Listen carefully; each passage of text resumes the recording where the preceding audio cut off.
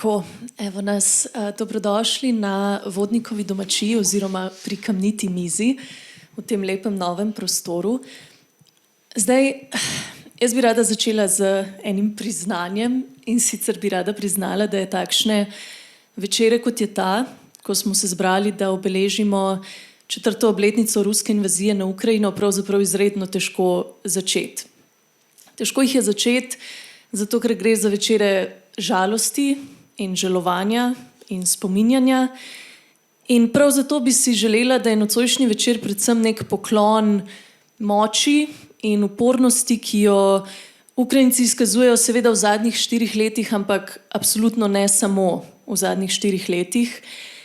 In hkrati tudi moči in upornosti, ki jo v takšnih časih seveda lahko najdemo v literaturi. In prav zato smo nocoj tu in prav zato sva danes midve tu. Z nami bo in je Janja Volmajer-Lubej, profesorica slovenščine in pa prevajalka iz ukrajinskega jezika, ki je z možem Primožem Lubejem tudi prva, ki je med slovenske bralke in bralce zanesla sodobno ukrajinsko literaturo. Dobrodošla, Janja. Lepo pozdravljeni, hvala. Da pa bo prehod v ta naš večer, v ta naš pogovor lažji, pa sta z nami, oziroma zaenkrat še za vami, 2 ukrajinski violinistki, Ana in Sofija Kislijak, ki sta v Slovenijo prispeli marca leta 2022, tik po začetku invazije, in ki sta danes študentki Akademije za glasbo Univerze v Ljubljani. Zdaj, Ana in Sofija sta se z violino začeli ukvarjati že pri 5 letih, danes pa igrata po odrih po vsej Evropi. In za nocoj sta nam pripravili program 4 skladb. Izbrali sta si dela pravzaprav sodobnega ukrajinskega skladatelja in violinista Aleksandra Gonobolina. In mislim, da imate nekaj o njem in o teh skladbah tudi na mizah pred vami. Bi vam pa rada prebrala še nekaj, kar sta v svojem izboru zapisali sami. Dejali sta, da imajo izbrana dela različen ritem in barvo tona, vendar zelo dobro odražajo čustva mnogih sodobnih Ukrajincev, ki so bili prisiljeni zapustiti svoje domove in živeti daleč od domovine. Ukrajinci včasih občutijo nostalgijo in žalost, pravita, vendar ohranjajo upanje, da se bodo vrnili domov in živeli mirno življenje. Zdaj pa prosim za en topel pozdrav za Ano in Sofijo. Najlepša hvala, Ana in Sofija, nocoj jo bomo še enkrat slišali in jaz se že veselim. Zaenkrat pa, Janja, se bova midve obrnile k pogovoru. Zdaj, trenutno stanje v Ukrajini se mi zdi, da vsi poznamo in ga ne bom na široko obnavljala. Gre za največjo, najbolj smrtonosno vojno v Evropi po 2. svetovni vojni, ki danes traja že 1461 dni. Janja, vi pa ste v Ukrajino pravzaprav prispeli in potem tam živeli desetletje pred začetkom invazije. Bivali ste v Lvivu. Za začetek me zanima, kakšen se vam je zdel Lviv tedaj, Ukrajina tedaj, kaj vas je presenetilo, kako se je potem to razvijalo? Ja, hvala za vprašanje, zelo zanimivo. V Lvivu sem se znašla precej po naključju. Če Primož tam ne bi bil lektor slovenščine na Univerzi Ivana Franka, me tam ne bi bilo, potem se ne bi začela ukvarjati s prevajanjem in tudi danes ne bi tukaj sedela. Mesto me je presenetilo v vseh ozirih, ker pa se gibljem v nekih literarnih, kulturnih krogih. Me je presenetilo seveda zanimanje za literaturo, njihov literarni, največji literarni festival Book Forum je vedno gostil predvsej zanimive goste, domače in tuje, in mesto mi je nudilo v tem pogledu zelo veliko, tako da me je pravzaprav obogatilo v tem kontekstu. Spoznala sem nove avtore, nove avtorice, med drugim tudi Sofijo Andruhovič, kateri se morda lahko kasneje še vrneva. Navdušilo oziroma presenetilo me je, kako smo si blizu arhitekturno, vendarle se poznata naš skupni prostor, To recimo mi je bilo tako zelo navdihujoče opazovati. Potem pa seveda čisto te neke take osebne, intimne zgodbe, ki sem jih doživela.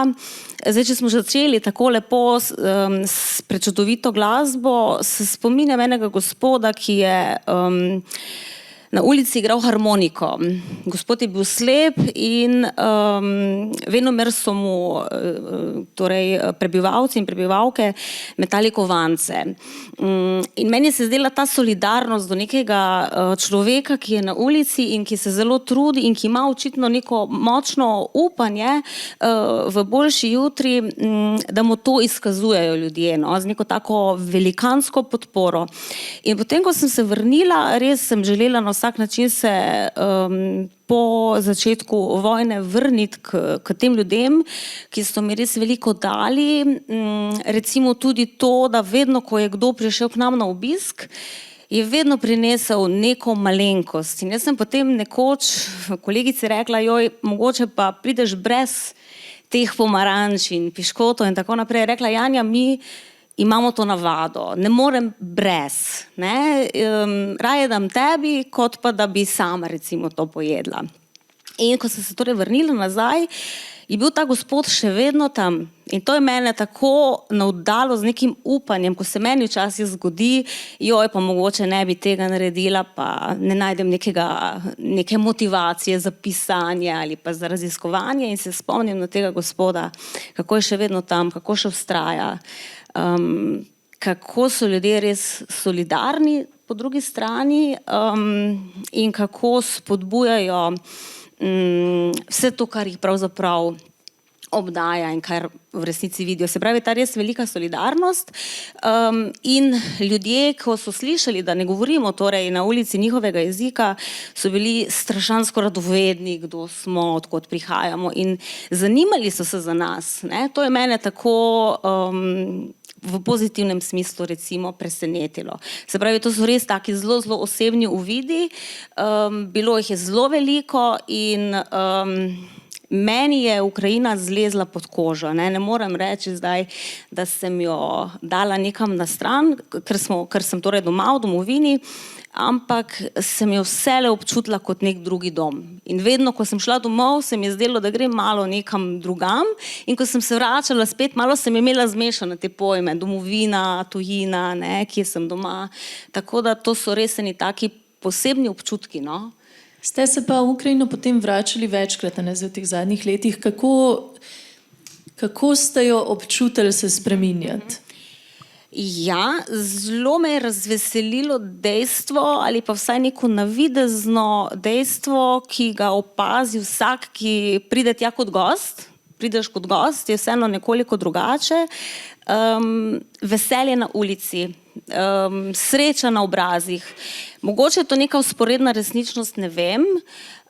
Polne kavarne, polne trgovine, nove restavracije, ki jih prej nisem poznala, še več glasbe na ulici. Ogromno novih knjigarn, ne?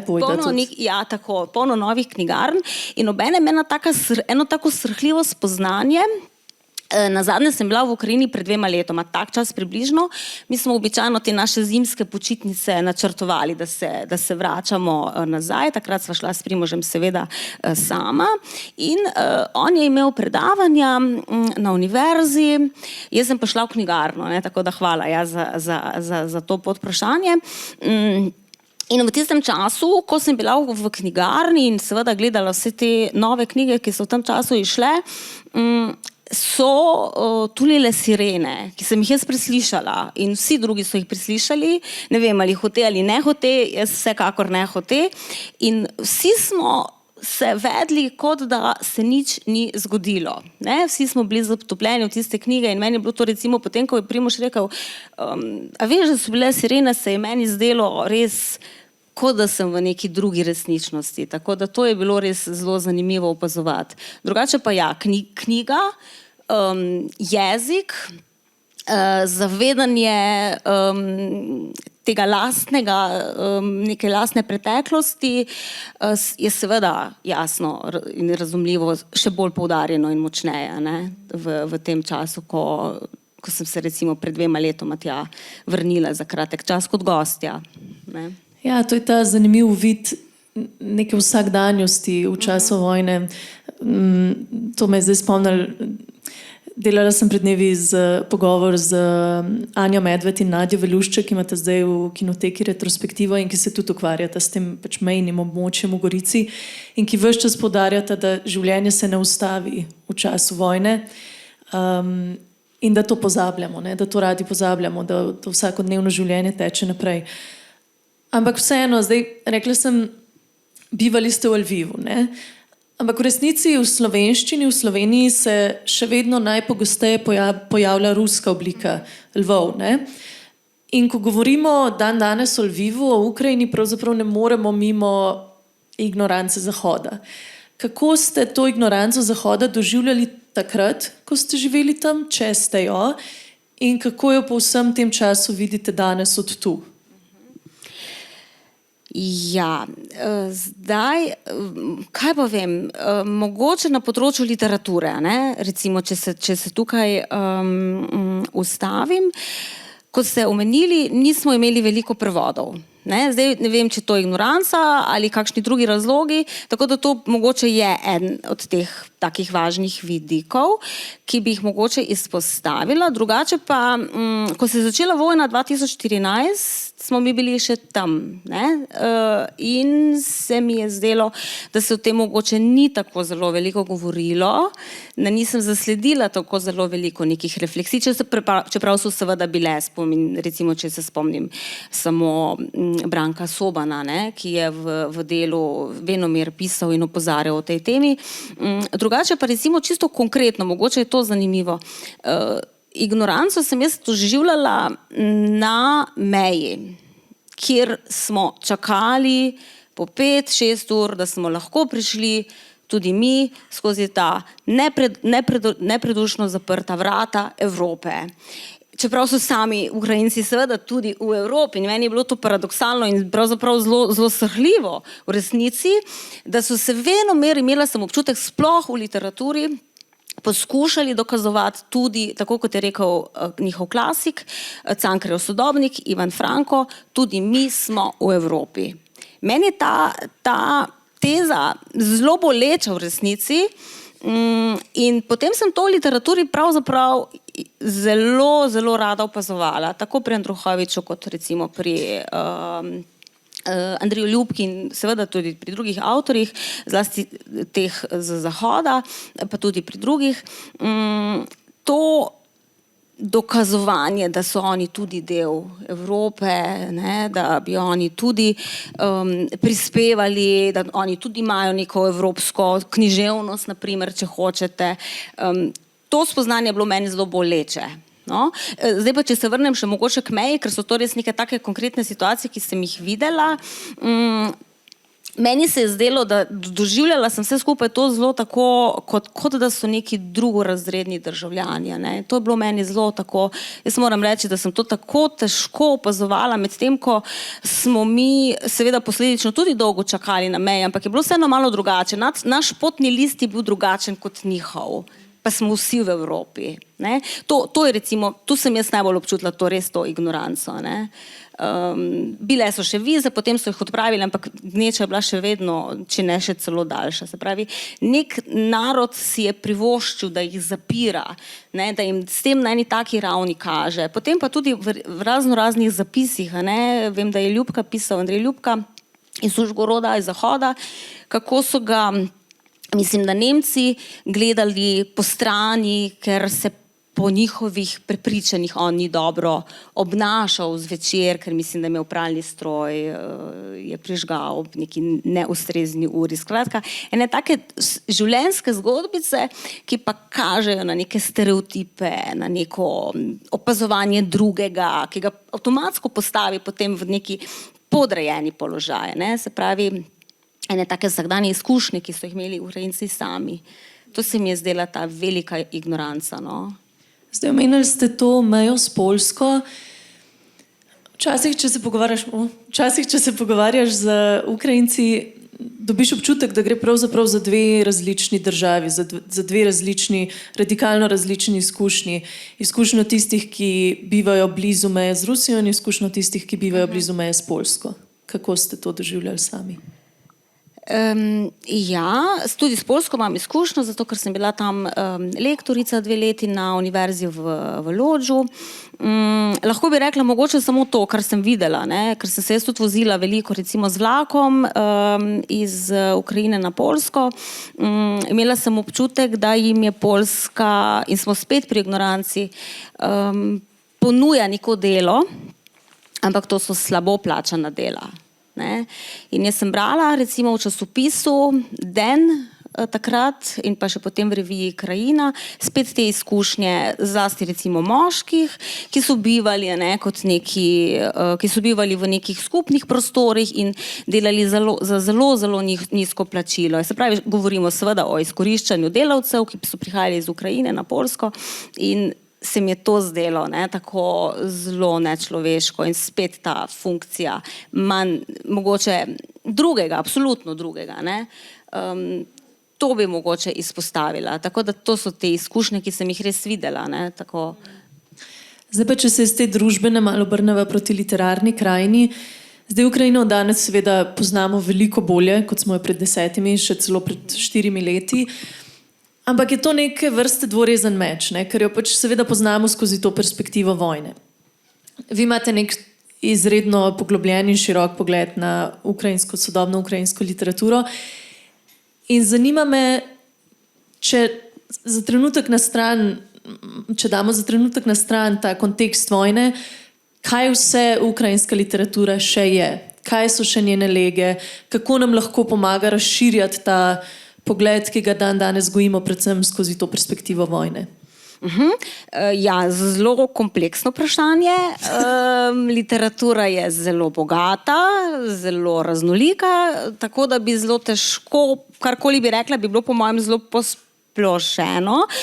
Seveda si pa ne želim, da jo opazujemo in vrednotimo skozi prizmo vojne, ker tudi, če bi že govorili recimo zgolj o vojni kot o neki glavni temi ali pa nadtemi, je vedno treba opazovati recimo še tudi neke druge, motive ali pa teme, ki jih najdemo recimo v literaturi, konkretno recimo v tej, ki zdaj nastaja in ki v resnici res tematizira kot neko nadtemo vojno. Drugače pa seveda zdaj na to lahko odgovorim po mojem bolj v smislu tega, kar mi lahko beremo v slovenščini. Zdaj, mogoče imamo malo manj poezije, oziroma poezija je po mojem vedenju objavljena bolj revijalno, ampak recimo odlična pesnica Halina Krug, ravno sem zdaj zasledila, da je prevod v nemščini šel pred kratkim in so predstavljali to knjigo. Potem imamo nekaj izbranih romanov, imamo kratko pripoved, medtem ko nimamo esejistike, nobene, vsaj mi ni znano, in kar nekaj, torej kot sem že omenila, nekaj revijalnih objav, bodisi odlomkov iz romanov, bodisi kratke pripovedi. Zdaj seveda najdemo široko paleto tako tem, če nas zanimajo recimo teme od seveda večne teme, od ljubezni do vprašanja drugega, do identitete in tako naprej. Potem najdemo seveda tudi te motivne drobce, ki jih najdemo seveda tudi v drugi literaturi, recimo tudi seveda v slovenski, tudi naprimer to, kar je mene zelo zanima, vznemirja in me tudi recimo raziskovalno navdušuje, je naprimer lik ženske ali pa tema ženske v literaturi, kar najdemo, se pravi recimo tudi pri Tanji Maljarčuk ali pa pri Katerini Kalitko. Ampak recimo, če razmišljamo v tem kontekstu literature, se moramo vedno po mojem mnenju vprašati, kako je neka tema podana, predelana ali pa zapisana in tako naprej. In zdaj nas zanimajo recimo ti slogovni vrhovi, slogovno mojstrstvo, pripovedna perspektiva, monologi, recimo esejiziranje in tako naprej. In to nam ta literatura, o kateri zdaj govoriva, torej ukrajinska, vendarle omogoča. Tudi to, kar mi pravzaprav lahko pri nas v slovenščini beremo. Recimo zelo dobrodošla po moji oceni je večkulturnost. Recimo večkulturnost, večjezičnost in tega v ukrajinski literaturi seveda najdemo zelo veliko, naprimer tudi pri Juriju Andruchoviču ali pa pri Serhiju Žadanu.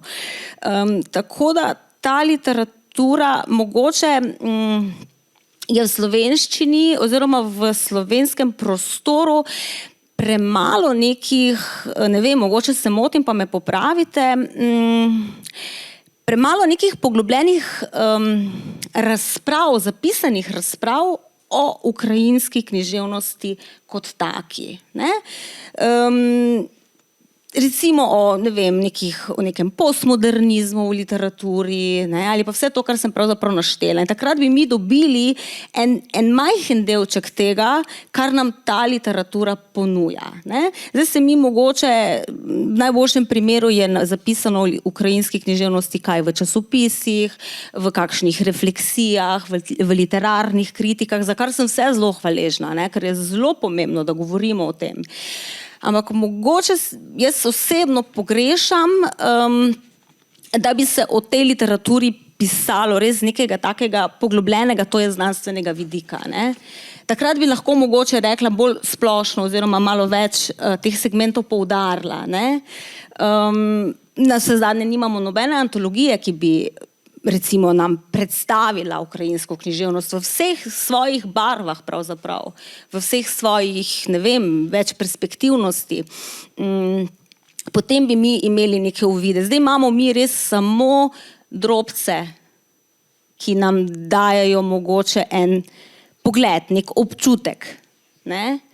Ampak po drugi strani je pa zelo hvaležno oziroma zelo dobrodošlo, da imamo na vseh teh zelo pomembnih festivalih, kot so Fabula, Dnevi poezije in vina, Vilenica, se še kakšnega spustila. Skratka, so bili ti avtorji prisotni in mi smo se po mojem takrat lahko začeli zavedati, kaj nam ta literatura ponuja.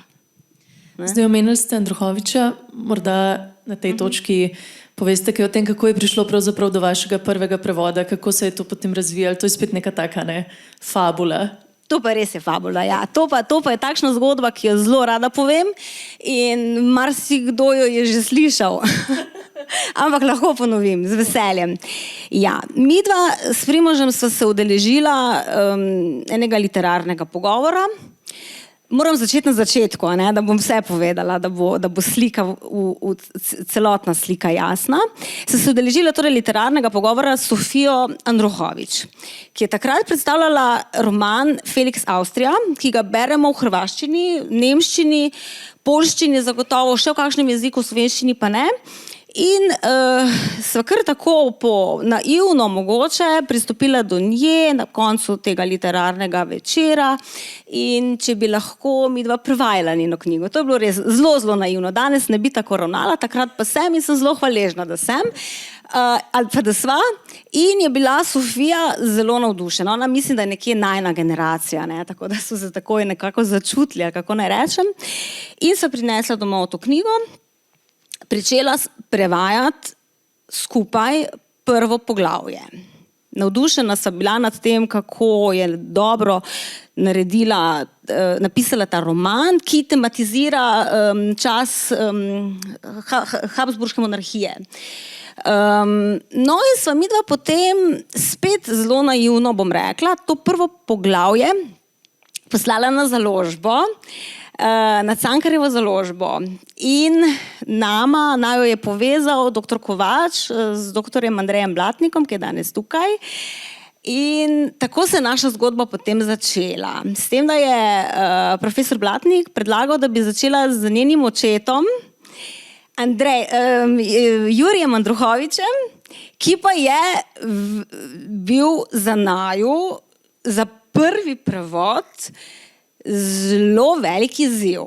Ampak sva midva po tehtnem premisleku rekla, da bova se tega lotila in sva bila zelo hvaležna za ta izziv, ta trd prevajalski oreh, Jurij Andruchovič in njegovi teksti so bili po našem stanovanju v vseh možnih predalih in iskala sva najboljše rešitve tudi na sprehodih in na kolesarjenjih, skratka.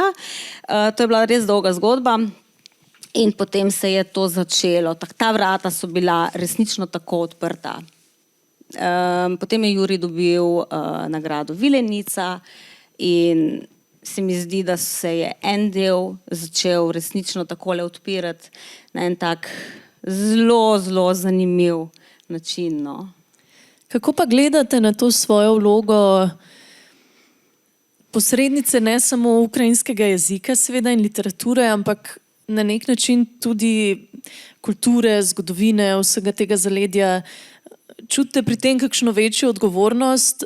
A to vpliva na to, kakšne tekste si izbirate? Kakšna je ta odgovornost tega posredništva? Ja, to se mi zdi kar zapleteno vprašanje.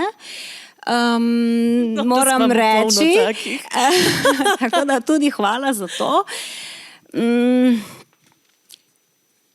Zdaj ne vem, kako ste si zamišljali kot posrednica, ker se mi zdi to kar ena taka zelo odgovorna vloga in ker midva v bistvu nisva prevajalca kako naj rečem, da bi bila to najna edina služba. Ne? To je tudi treba poudariti, da v bistvu midva prevajava ne bom rekla v najnem prostem času, ampak ja, verjetno je to najn prosti čas, ki ga nameniva prevajanju, ampak to je res proces, ne? Ko tudi človek med vikendi dela te stvari in si prešteje strani, ki jih mora prevesti, tako da je zdaj to ta vidik, ne, se pravi prevajati vsi, ki se s tem ukvarjamo, vemo, da je to pravzaprav res čas, ko nisi v službi in da ko narediš vse službene obveznosti, se tega lahko lotiš. Zdaj vloga kot taka, recimo vloga kot soprevajalke, se mi pa zdi izredno odgovorna in vedno čutim eno veliko težo in en velik nahrbtnik, ko karkoli v zvezi z Ukrajino omenjam ali pa tudi tako, kot danes recimo govorim. Naj omenim, zakaj recimo se mi zdi ta odgovornost tako zelo velika. Seveda zaradi publike, zaradi bralcev, zaradi bralk in tako naprej, ampak tudi zaradi tega, ker ne Primož ne jaz nisva študirala ukrajinskega jezika, niti ukrajinske književnosti. In vse to, se pravi prevod, ni samo to, da ti narediš prevod, da recimo potem pustiš, tako rečeva midva, ležati prevod, ne vem, 3 tedne in se potem vračava k zaključku, ker takrat človek res vidi, kako je tekst pravzaprav napisan, ampak je treba v resnici ogromno stvari še zraven preštudirati. Ne zdaj samo pri spremni besedi, ki jo napišeš, ampak tudi na splošno moraš poznati recimo te kulturne znamenitosti oziroma kulturne fenomene ali pa kakšne posebnosti na primer v jeziku.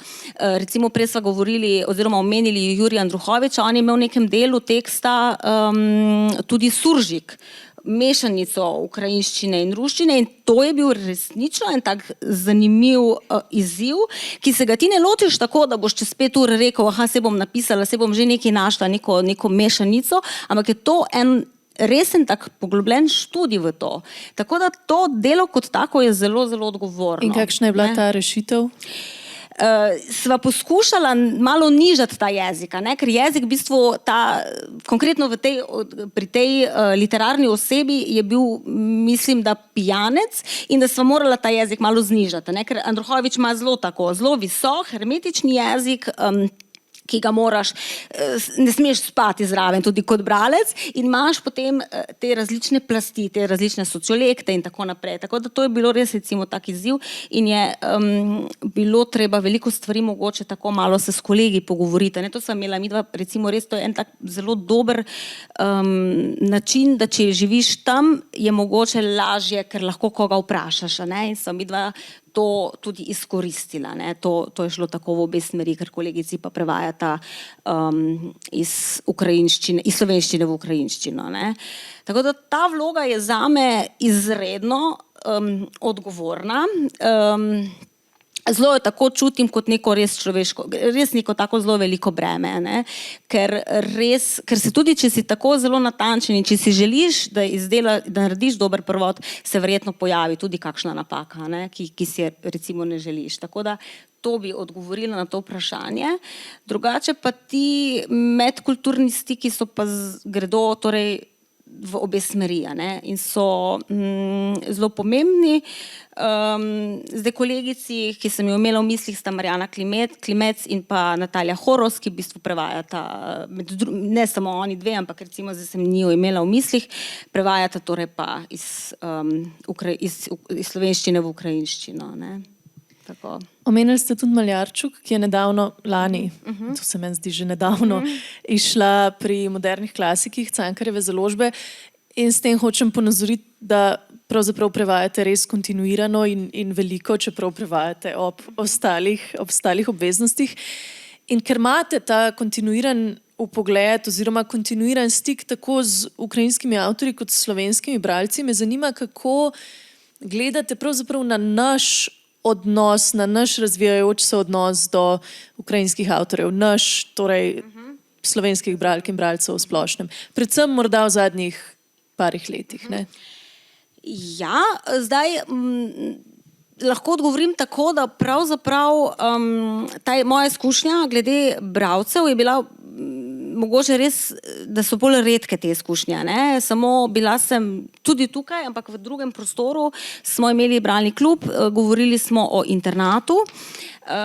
Imela sem se izvrstno med mladimi bralci, zato ker so videli stvari, ki jih jaz kot prevajalka in potem kot ponovna bralka nisem videla na ta način in to se mi je zdelo izvrstno. Znali so najti neka mesta in mi v bistvu argumentirano povedati, kaj je bilo, oziroma kaj je kvaliteta ali pa kakovost tega romana. Drugače pa moje izkušnje so take, da jih pravzaprav lahko vrednotim skozi to literarno kritiko, ki so bili deležni domala vsi romani in kratkoprozna zbirka, ki jo je prevedla kolegica Kalc, govorimo o Katerini Kalitko, Dežela izgubljenih. To so seveda kultivirani bralci, to so moje izkušnje, ne? Ker literarni kritik je bralec, pa bralka, ne? Na prvem mestu.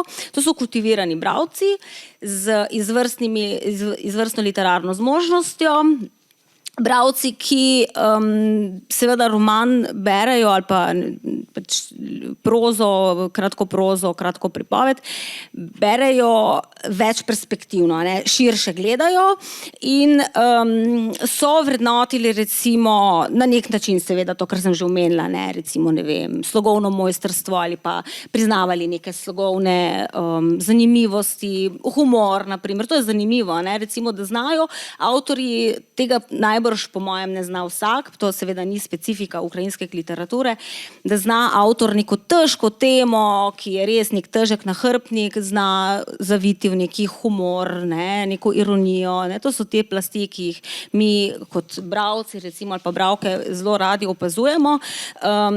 Se pravi, te stiki, po katerih me sprašujete, so meni dali en vpogled v to, da so brali literarno delo, kot sem že omenila, z več različnih perspektiv, ne? Omenjali so recimo ne vem, razpad Sovjetske zveze, ki se vidi v literaturi, ne? Junak, ali pa literarna oseba, ki išče svobodo, ki išče svoje mesto pod soncem. Skratka, na nek način motivno-tematski poudarki, ne? In potem so pa ti literarni kritiki oziroma ti bralci, kot jih jaz imenujem, ker seveda morajo biti v prvi vrsti bralci, opazovali res ne tako enoplastno, no, tako to hočem reči, da so v bistvu bile te ocene vrednotenja zelo poglobljena, za kar sem jim bila zelo hvaležna. In mogoče je to, ne, ti zapisi, ki govorim zdaj recimo o spletni strani, Lud literatura, mislim, da potem Večer, Dnevnik, Delo, ne, vsi ti večji in osrednji mediji, je potem verjetno so utrli neko pot, ne, da so imeli po moji oceni zelo pomembno vlogo pri tem, da se je ukrajinska literatura vseeno malo nekje ustavila pri nas, ne, da smo se začeli zavedati, da je ta literatura tudi prisotna. Ker če se o njej ne govori, vemo vsi, ne, za vse teme to velja. Če se o tej literaturi ne govori, potem mi mislimo, da je ni, da ne obstaja. Ne. In to se mi zdi res zelo pomembno. Tako da to je moj ta vidik tega bralstva, ne, tega bralskega kroga, ki ga potem povzroči nek literarni kritik, ki v prvi vrsti naredi neko promocijo za literaturo. Ne. Umestili so recimo Andruhoviča v širši kontekst, v kontekst evropske literature, ne, in s tem dajo vrednost literaturi kot taki.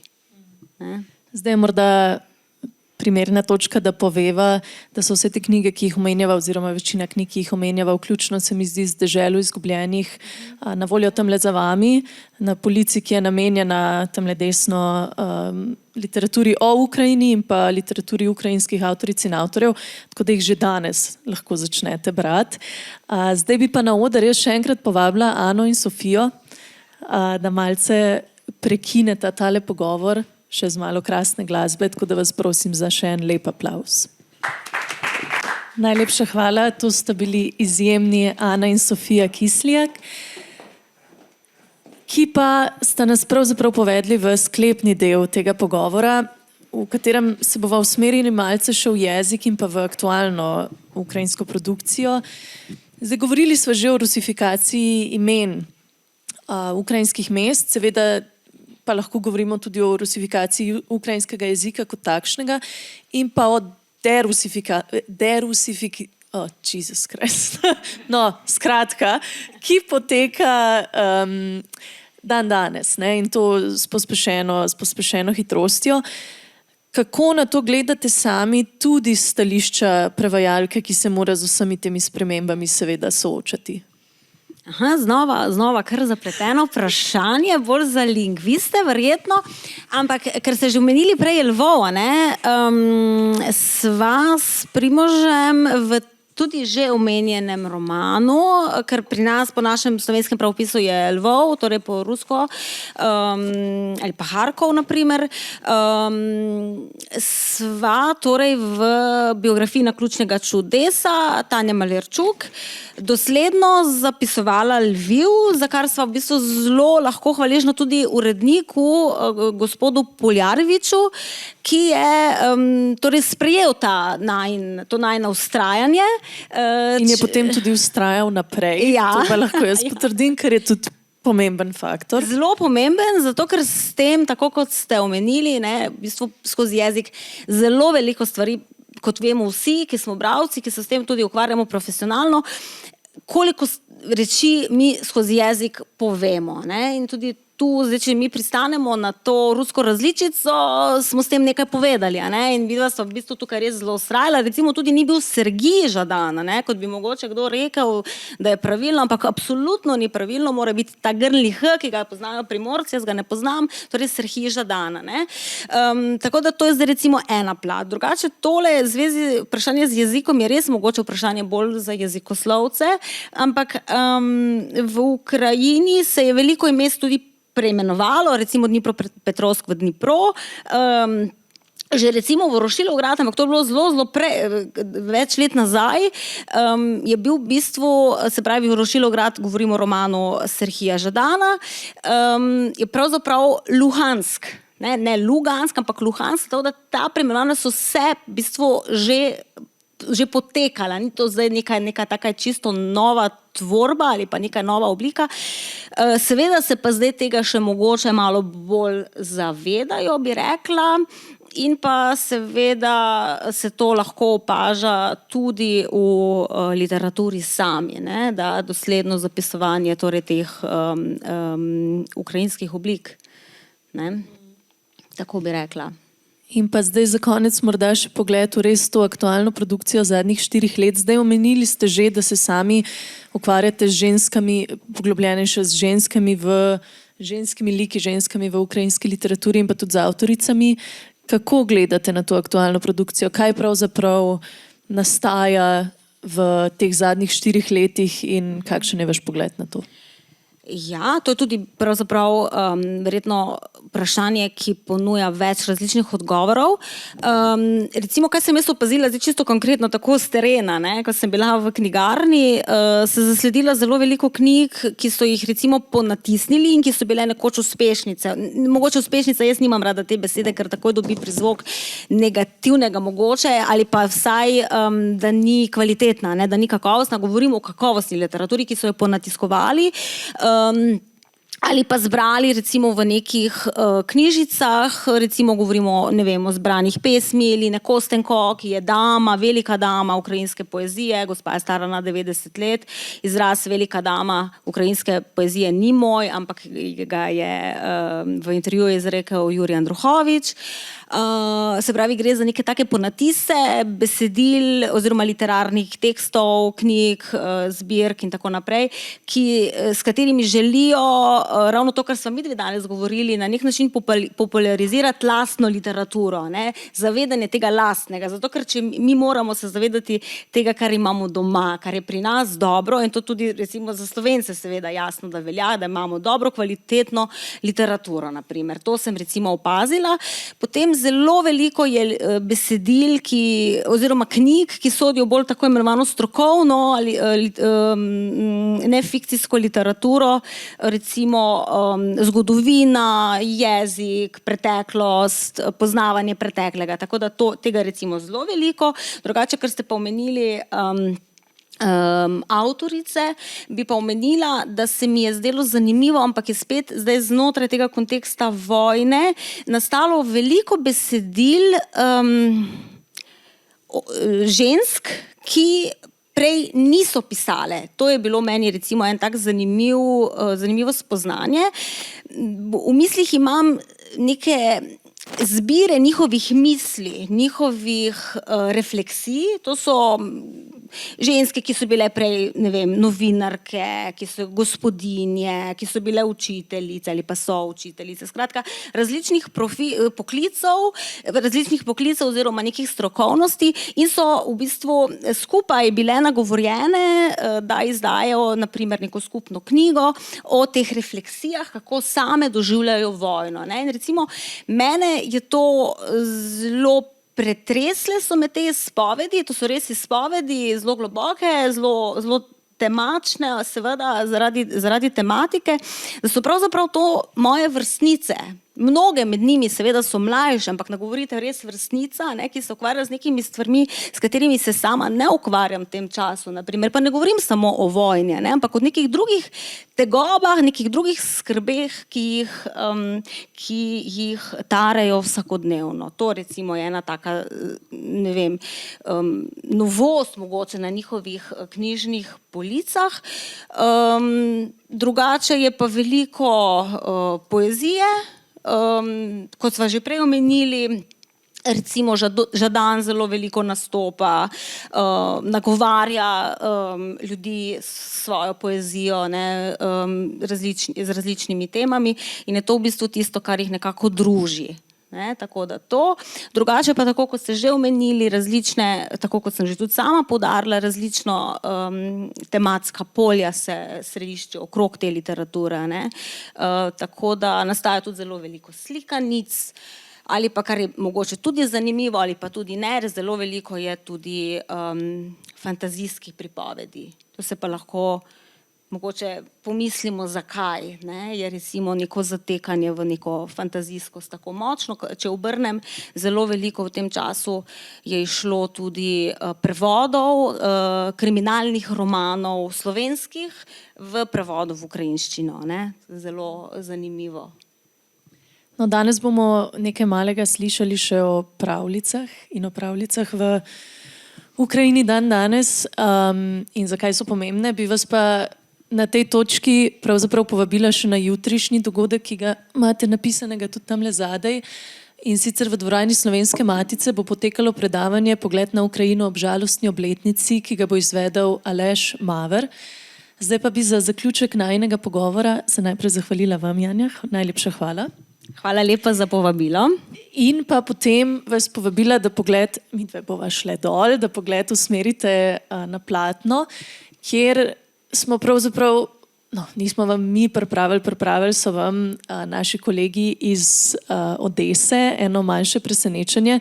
Lviv in Odesa sta namreč prav tako kot Ljubljana UNESCO-vi mesti literature in z veliko truda ljubljanske ekipe, kajti Odesi kar naprej meče ven elektriko in je stvar precej zapletena, smo dobili naslednji posnetek, ki je bil pripravljen posebej za nocojšnji pogovor oziroma za nocojšnji večer, tako da uživajte, najlepša hvala še enkrat vsem. Če bo čas, se vrneva še za nekaj vprašanj, ampak bomo videli po posnetku. Hvala.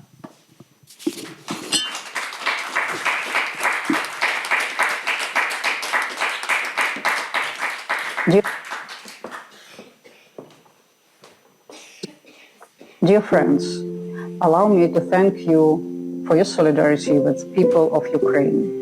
Today, together with our friends around the world, we commemorate the day of the full-scale aggression of Ukraine by Russian troops in 2022, the day when the unprovoked war launched by Russia in 2014 entered a new stage.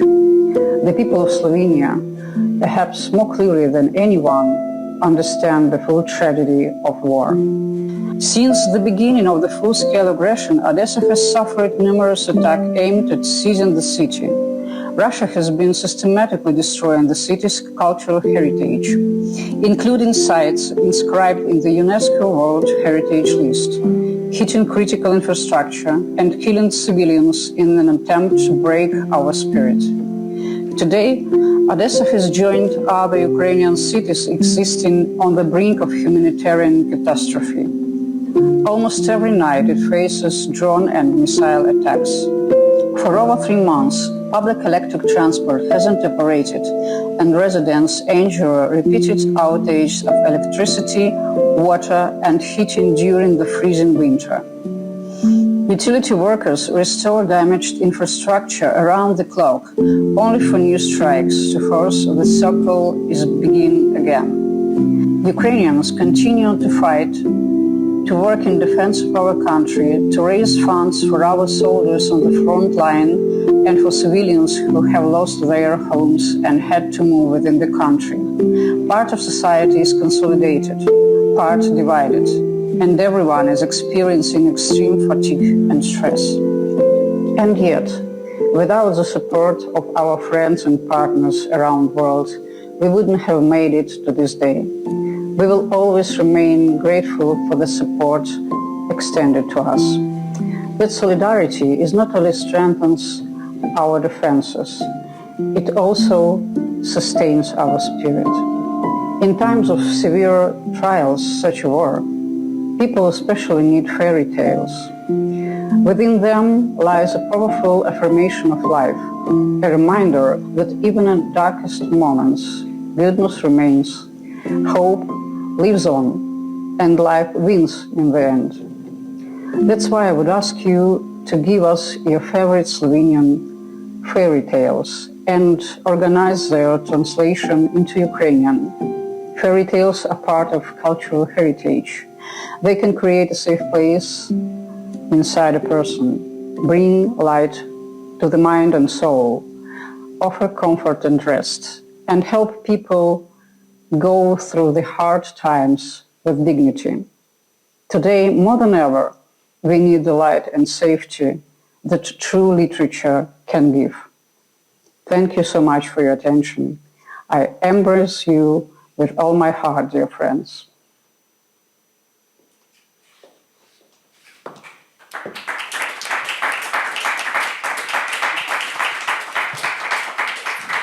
Imamo še točno 7 minut, preden mora Janja na vlak.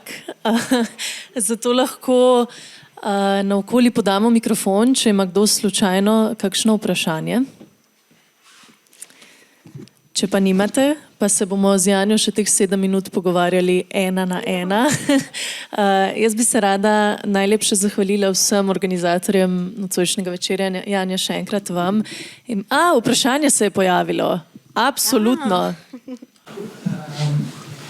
Glede na to, da so prosili za pravljice, pa če je to Odesa, me zanima, če je to povezano s tem projektom ki ga je v bistvu pisanja, no, pesmi, ki jih otroci v Odesi nekako poskušajo izraziti svoje občutke. Ta projekt podpira med drugim pač Ilija Kaminski, ki je pač tudi povezan z Odeso, ki sicer naš ameriški kolega. Damjan, mislim, da je to bilo vprašanje zate. Damjan z pisarne Mesta literature. Ker je pač včeraj začeli smo dobili nismo dobili Tako da je skratka pač smo dobili video, ker niso imeli en mesec in nismo mogli javljati. Ja. Mogoče je smiselno omeniti, no, pač ta projekt, ki pač je tudi vedno potrebuje podporo, no, tudi denarno. Bo Damjan preveril. Drugače pa Mariborska knjižnica tudi sodeluje v nekem projektu, če mogoče poznate. Je pa tik pred predstavitvijo oziroma izidom in midva s Primožem sva 2 pravljici prevedla, oziroma ja, verjetno sta tudi pravljici. Ja. Evo, krasno, sodelovanje se že ponujajo. No? Ja, je. Še kdo? Potem bi se vam pa vsem že tretjič zahvalila za nocojšnji večer. Meni je bilo res v čast biti z vami. Upam, da bo imel kdo čas, kot rečeno, še jutri na Slovensko matico in pa upam, da se naslednje leto ne srečamo na ta dan ob tej priložnosti. Hvala vam. Hvala.